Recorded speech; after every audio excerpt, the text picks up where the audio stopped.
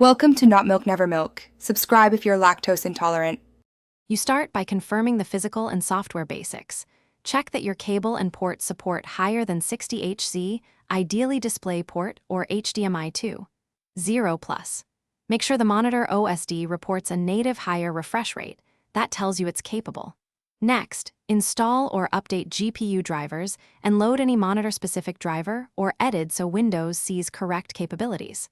Once done, reboot if needed. This ensures the OS and GPU enumerate the monitor correctly before we change settings. Now you change the actual settings. Open your operating system's advanced display properties and check available refresh rates for the selected monitor.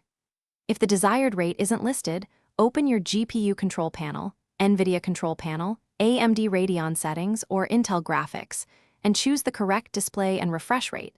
This fixes driver-side limits. If no factory rate appears, create a custom resolution cautiously, adjust timing and test. Make sure to apply and test. This is where the OS, driver. To finish, validate the change. Run a refresh rate test pattern or a game and confirm the monitor's OSD shows the new HC. If you see flicker, black screens, or no change, swap to another cable or port and try rolling back drivers. Driver mismatches often cause 60 HC locks. If problems persist, reset the monitor to factory defaults or update its firmware. That can restore correct edit. If all else fails, use the troubleshooting tip.